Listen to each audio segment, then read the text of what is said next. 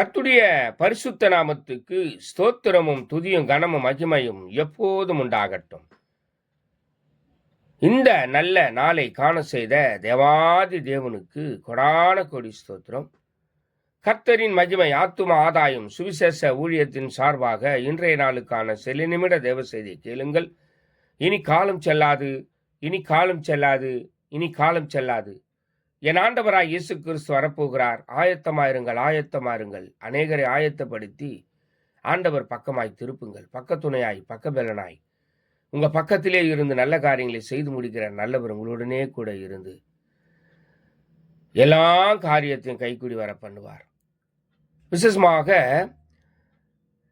யோவான் 1:1 ஆதியிலே வார்த்தை இருந்தது, அந்த வார்த்தை தேவனிடத்தில் இருந்தது, அந்த வார்த்தை தேவனாய் இருந்தது.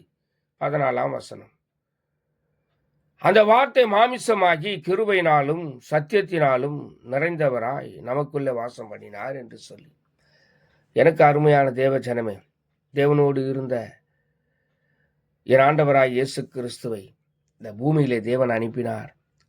உனக்காக எனக்காக இரத்தத்தை சிந்தி மீட்கும்படியாக.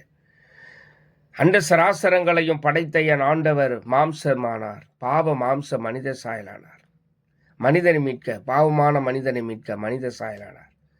உன் பாவங்களை போக்கினார், நம்முடைய சாபங்களை அகற்றினார்.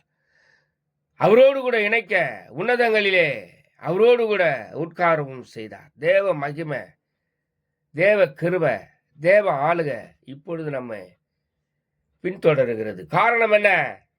அவர் பாவ மாம்ச மனித சாயலானார். இரத்தத்தை சிந்தி உன்னையும் என்னையும் மீட்டார். பரலோகத்துக்குரியவர்களாய் மாற்றினார். இந்த நாள் முழுவதும் கர்த்தருடைய மகிமை, கர்த்தருடைய ஆளுகை, கர்த்தருடைய ஆசீர்வாதம், கர்த்தருடைய மகிமை உங்களை பின்தொடரும். God bless you. God bless you.